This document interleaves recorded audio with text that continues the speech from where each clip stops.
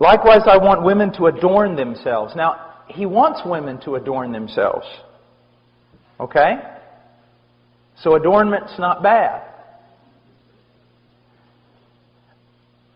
But that adornment, we're going to see, is in verse 11. In verse 10, it's good works, godliness, a quiet and submissive spirit. Now, but let's go on. He says, I want women to adorn themselves with proper clothing. That tells me that there is clothing that's improper for a Christian woman. All right? I mean, that's just logic. There is clothing that is improper for a Christian woman.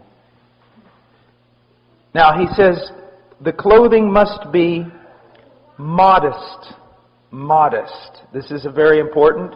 It's literally proper clothing with modesty is the way it goes in the original text. So, with modesty. My wife has a really good thing that she says, and she goes, if your clothing is a frame for your face from which the glory of God is to shine, it's proper. If it draws attention to your face. If your clothing draws attention to your body, to outline it, to make it noticed, then it's sensual. It's sensual. What you're doing is wrong. Now, I want to step off for just a second. Women, you need to understand something. Men are not as dumb as you think they are. My wife and I have a friend in Illinois, and she's a very pretty lady. Very pretty. And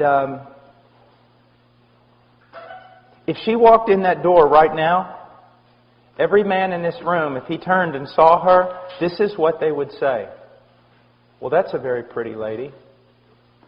That's a very elegant lady.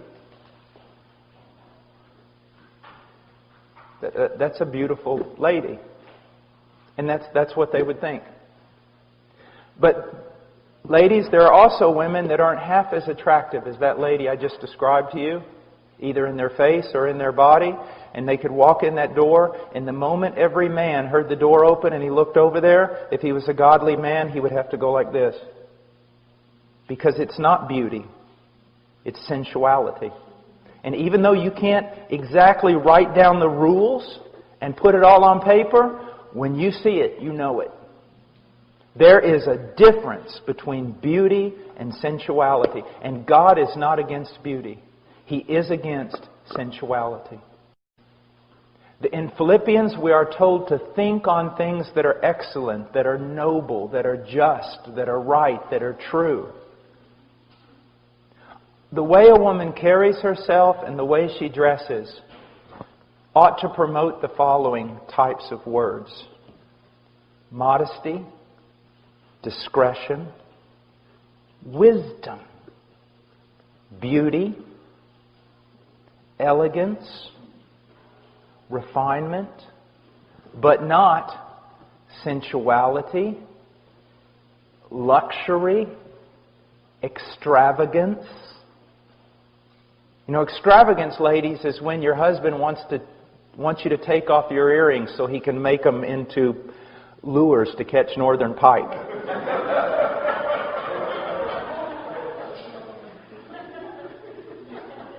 Now, ladies, this is, I've been giving your husbands a lot of tasks. Let me give you one.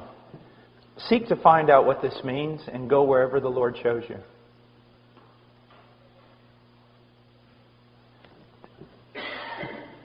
There is nothing more attractive than a woman who has this look of wisdom and discretion and nobility and simplicity.